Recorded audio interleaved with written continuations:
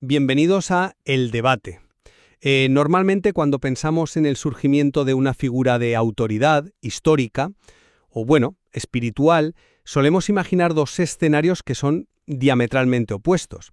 Por un lado, tienes la clásica coronación, digamos, de arriba hacia abajo, hay un derecho divino innegable, un decreto oficial, trompetas sonando, y simplemente el poder se asume desde las alturas. Es un proceso, no sé, limpio, absoluto y sin fisuras.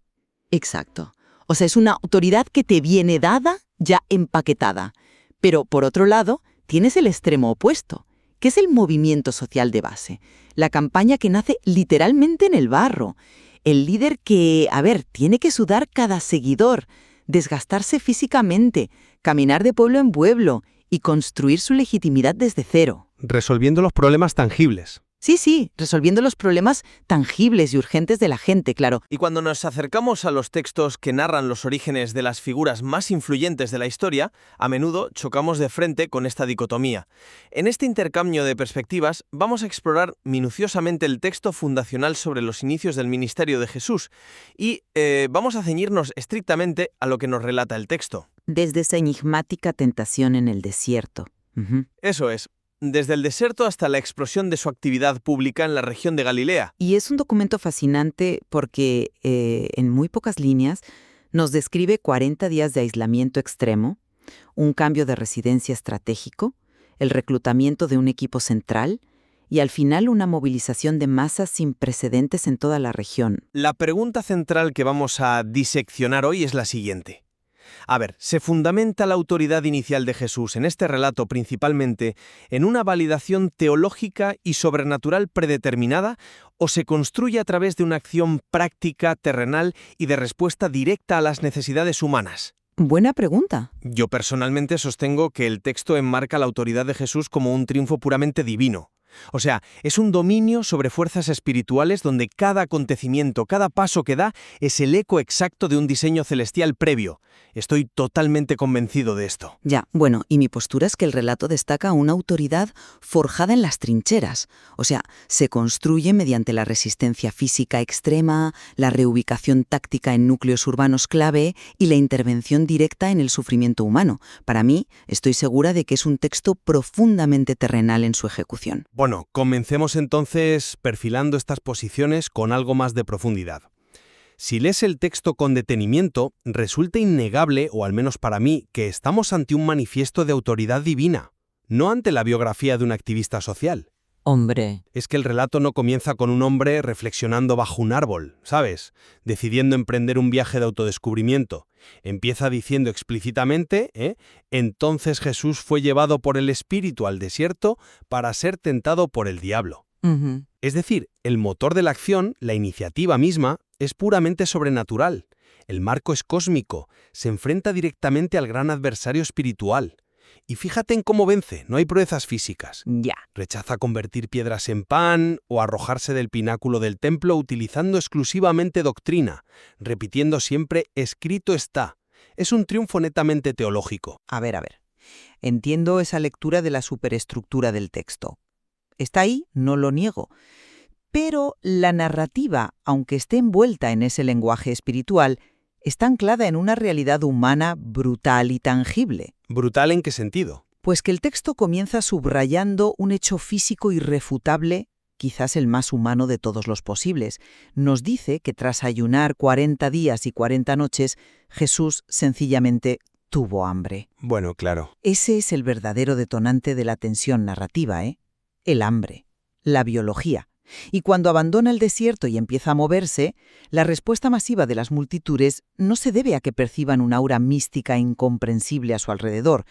Se debe a que él ofrece soluciones médicas y sociales a problemas reales que la gente sufría a diario. Soluciones que, derivan de un poder que francamente no es de este mundo. Pero que se aplican con un pragmatismo tremendo. Fíjate en los verbos que elige el autor.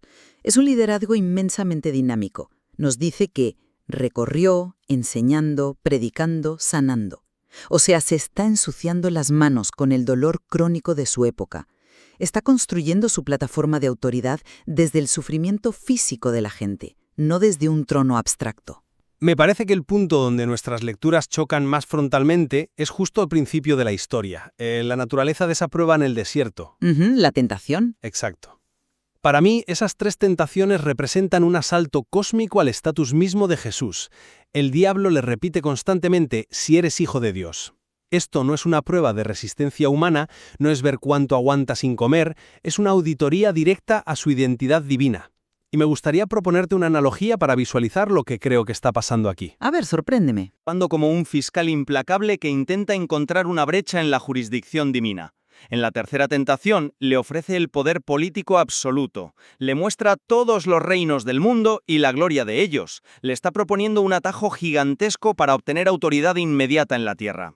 Vale. Y Jesús, actuando como un experto jurista celestial, rechaza esa jurisdicción terrenal citando jurisprudencia previa, por así decirlo. Dice, al Señor tu Dios adorarás y a Él solo servirás. No es una simple negativa, es establecer quién tiene el monopolio real del poder. Y el desenlace de la escena me da la razón. Fíjate, cuando el diablo se marcha, el texto dice que vinieron ángeles y le servían. Claro, el toque celestial. Exacto. Es que los ángeles no bajan a servirle la cena a un filósofo estoico que acaba de resistir un impulso. Asisten a la realeza cósmica que acaba de ganar una batalla monumental en el ámbito espiritual. Hombre, visto así suena a épica celestial de Hollywood, pero yo lo abordo desde una orilla completamente distinta. La verdadera brillantez de esta escena en el desierto radica precisamente en que las ofertas del diablo apuntan a vulnerabilidades humanas, fisiológicas y psicológicas básicas. Ya, pero el contexto... Déjame terminar. No estamos hablando de conceptos etéreos ni de tribunales invisibles. La primera tentación es el pan, que es la respuesta desesperada de un estómago que lleva 40 días consumiéndose a sí mismo. Es el instinto de supervivencia en su estado más primitivo. Sí, el hambre es real, te lo concedo. Y la segunda tentación, decirle que salte al vacío desde el templo para que los ángeles lo atrapen, apela al deseo humano de seguridad física, a la necesidad que tenemos de comprobar empíricamente que estamos a salvo, que no vamos a tropezar con nuestro pie en piedra. Y la tercera es la ambición política cruda que ha movido imperios milenios enteros. Pero fíjate en la forma en que resuelve esas presiones tan humanas. No usa técnicas de respiración o meditación, invoca directamente la palabra que sale de la boca de Dios. Es un anclaje externo puramente teológico. Claro que invoca las Escrituras, pero fíjate en la consecuencia de esa invocación. Al rechazar las soluciones mágicas, porque convertir piedras en pan con un chasquido de dedos es magia, saltar sin matarte es magia, Jesús valida el arduo camino del límite humano. Se niega sistemáticamente a tomar atajos divinos. O sea, podría haber resuelto su desnutrición activando su, digamos, modo Dios, pero elige padecer la gravedad y la biología. Podría haber reclamado el trono mundial adorando al diablo para arreglar el mundo en un segundo, pero escoge el camino absurdamente largo y lento de caminar a pie por aldeas perdidas reclutando pescadores. Espera, frena un momento ahí, déjame detenerme en eso último porque me parece una forma fascinante de enmarcarlo. Estás diciendo que él prueba su autoridad divina precisamente renunciando al modo Dios. Eso es. O sea que no demuestra quién es, haciendo un truco de magia frente al diablo, sino sometiéndose deliberadamente a la misma gravedad y al mismo hambre que cualquier ser humano que vaya a escucharle al día siguiente. Exactamente, hasta meneteo. Es una renuncia explícita al atajo. Si usa el modo Dios en el desierto, su mensaje posterior pierde toda legitimidad ante las personas destrozadas que se va a encontrar en Galilea. Su autoridad se cimenta en esa sujeción a la vulnerabilidad humana. Bueno, tiene mucho sentido. Cambia bastante la lectura de la escena, la verdad. Ahora bien, si aceptamos que en el desierto rechaza el atajo mágico y abraza el camino humano, eso nos lleva directamente al momento en que sale de allí, su movimiento hacia la vida pública.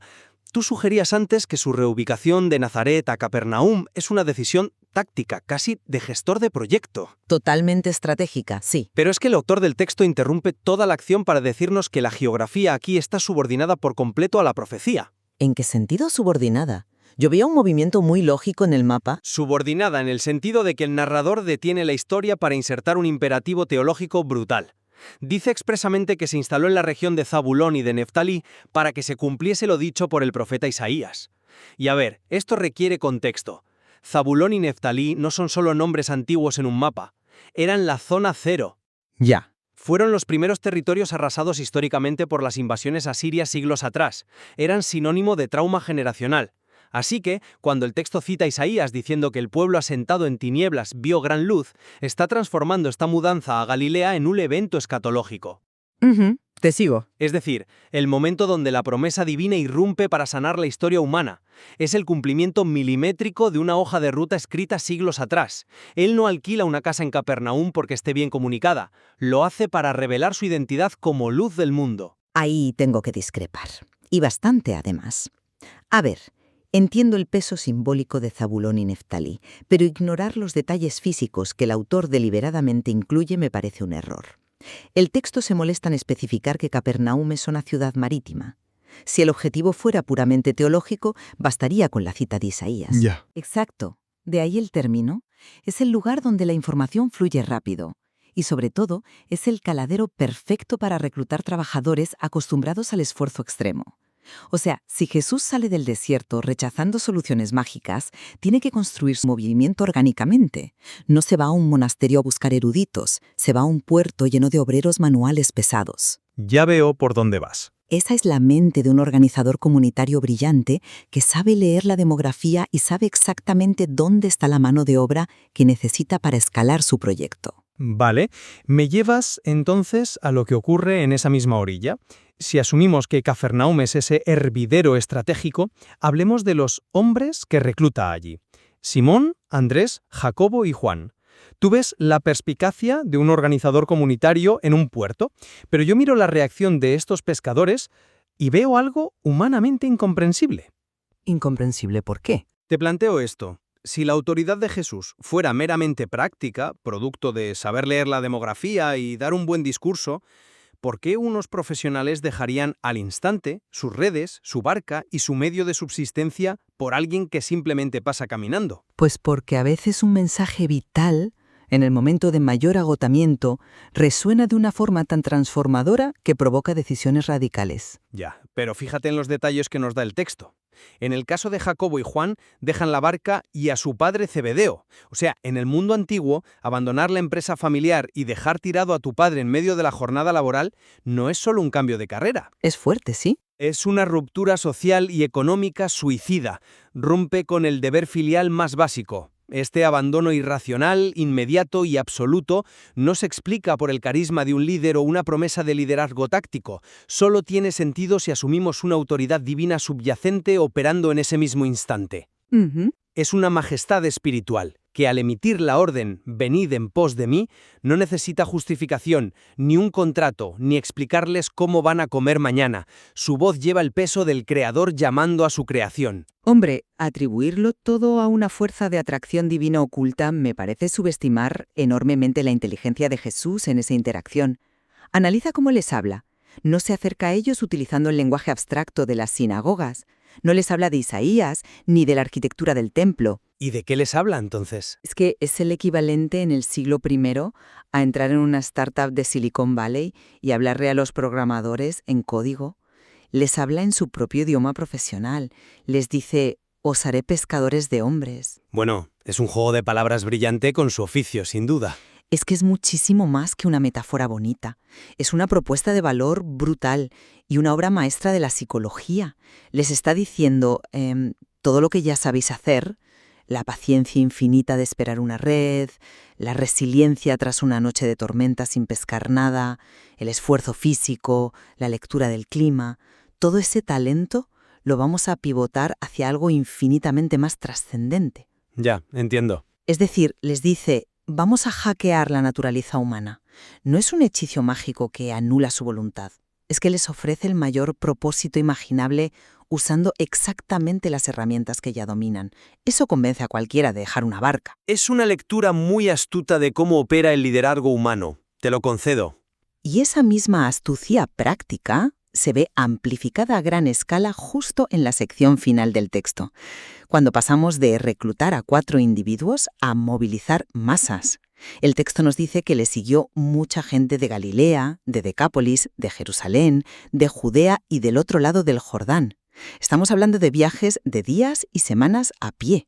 Una barbaridad para la época. Una auténtica locura. Y esa movilización sin precedentes no ocurre por un aura invisible en el ambiente. El texto establece una relación causa-efecto cristalina. Su fama se difunde por Siria, que está lejísimos en términos antiguos, porque se dedica a resolver problemas desesperados. El autor detalla un catálogo del sufrimiento, diversas enfermedades, tormentos, endemoniados, lunáticos y paralíticos. Estamos hablando de la población más marginada, estigmatizada y rota de la sociedad. A ver, la gente no camina kilómetros para asistir a un seminario teológico. Caminan porque un familiar paralizado ha vuelto a andar. La autoridad aquí es empírica y comprobable. Se mide en cuerpos restaurados y en personas reintegradas a la sociedad. El catálogo médico es minucioso, es verdad.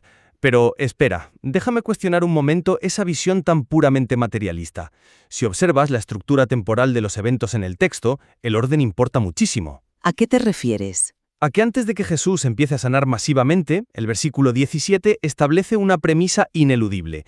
Dice, desde entonces comenzó Jesús a predicar y a decir, arrepentíos porque el reino de los cielos se ha acercado. Es decir, el imperativo teológico precede estructuralmente a la acción terapéutica. El anuncio de un cambio de era inminente, el reino de los cielos, es el gran marco. Ya, pero las sanaciones son lo que capta la atención del público. Es el gancho. Captan la atención, sí. Pero su función profunda es servir como señales visibles que validan esa proclamación invisible. Si reducimos a Jesús a un curandero itinerante con mucho éxito o a un trabajador social en Galilea, perdemos completamente el sentido de urgencia cósmica del texto. Él no recorre la región estableciendo clínicas de salud comunitaria. Lo hace, cito, para predicar el evangelio del reino. Ya. Las sanaciones son la evidencia forense de que ese reino divino ya está operando en la tierra.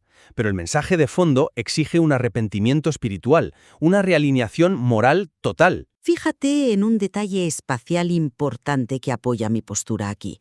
Las sinagogas eran las instituciones formales, los lugares designados para esa teología estructurada de la que hablas. Él enseña allí, el texto lo menciona, pero la verdadera explosión del movimiento, la fama viral que arrastra a las multitudes de regiones paganas como Decápolis, no ocurre dentro de 4 paredes debatiendo el arrepentimiento. Ocurre al aire libre, ocurre en la calle, en el contacto crudo y físico con los afligidos. Yo argumentaría que la proclamación de «El reino de los cielos se ha acercado» sería solo un eslogan vacío si no estuviera respaldada inmediatamente por el toque físico a un lunático marginado. Entiendo. El reino que él instaura no es una promesa etérea para la vida después de la muerte. Se materializa en el alivio inmediato del dolor físico en el presente. La acción valida la palabra. Si no hay sanación real, no hay autoridad, por mucho que cite a los profetas. Bueno, creo que hemos llegado al punto exacto donde las piezas de este texto encajan para mostrar algo extraordinariamente complejo. Y a la luz de todo lo que hemos desgranado hoy sobre este arranque del ministerio, creo que es el momento de asentar lo que sacamos en claro de nuestras posturas. Me parece bien. Es un texto denso que da para mucho, la verdad. Desde mi perspectiva y escuchando tus argumentos tácticos, sigo sosteniendo que es absolutamente imposible divorciar este texto de su innegable marco sobrenatural. Comenzamos con un enfrentamiento directo entre el espíritu y el diablo, rodeado de ángeles en un páramo desolado.